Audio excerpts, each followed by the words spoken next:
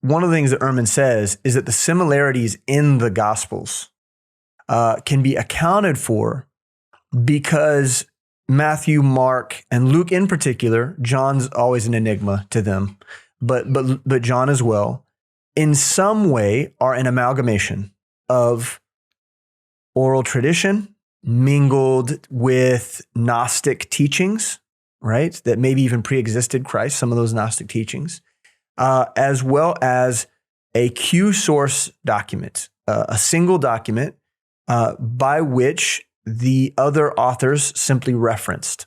And it's a hypothetical concept, right? There are assumptions that they're using because they're convenient for them. In this case, in the critical text case, the Q source functions as that hypothetical idea that they can, it's that fifth party that they can reference, right? Because the four Gospels aren't enough. What does the Q source say? Which is basically what they've imagined the other Gospels were referencing. Yeah. So now, since this is a mystery to most, probably most of our audience, even most of our students, most of our pastors, because I know at least I don't spend any time discussing Q. Right. So let me put it in context. There's textual criticism. Textual criticism deals with the manuscripts that are available to us that are in existence, and trying and criticizing the text that has been preserved by taking those available manuscripts to try and reconstruct an original. Right. Okay, so that's textual criticism.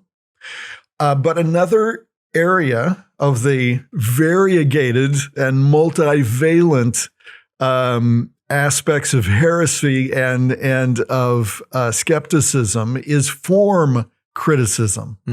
So textual criticism starts with the Greek text that we have available to us. Form criticism says, well, how did Mark's gospel come about, and Luke's gospel and Matthew's gospel, and how did those come about? Source criticism. What was their source to get it into the form and the format it's in today? So Matthew, Mark, and Luke are kind of formatted similarly. You can see them together, synoptic gospels, and John is the outlier, like you pointed out. Good reasons for that biblically, but that's a separate topic. Right. So instead, here is what form criticism and source criticism says. They say, look, Mark, being the shortest, had to have been the earliest. Now, they don't tell you their assumption up front is evolution. But that's why they say that. They'll just say that like they know what they're talking about. Right. Mark was shortest. It was earliest. Then all of these oral traditions got added in later on. So Mark and Luke were later, Matthew and Luke were later after Mark. So where did Matthew and Luke get the additional material not found in Mark's gospel? Because it sounds so true. And what they come up with is the doctrine of Q. They invent a guy named Q. Yeah. Now, they're in New Testament studies, they're simply, they can't be outdone by the Old Testament study scholars who say that Moses did not author the first 5 books of the Bible, but 4 separate authors, which we only know them by their initials, J, E, D, and P. Right. So in the New Testament, now again, that's totally fabricated, but it's a matter of source criticism and form criticism for the Old Testament. So in the New Testament, they invent Q. Q. And then they're so condescending enough to refer to the other texts as ML, et cetera, et cetera. Right. Even though we know their full name. Right, yeah, yes. Exactly. Bart Ehrman is a collator and a curator of other men and women's lies.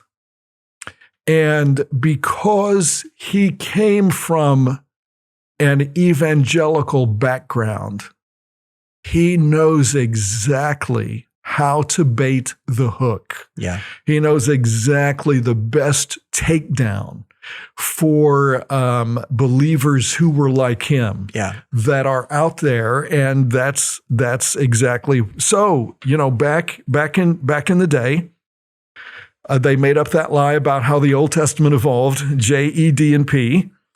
Today, a group of unsaved scholars called the Jesus Seminar, and others of their ilk create a document for which there has never been any documentary evidence. Yeah.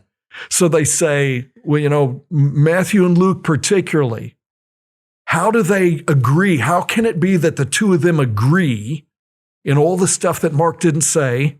Well, there must have been another document. They wouldn't agree. I mean, obviously, these documents were written hundreds of decades after the original events, and not even by the people who it says that they were written by. How is it that they agreed? Well, there must have been. Now, we have no documentary evidence for it, but there must have been this other Now, let me ask you a question.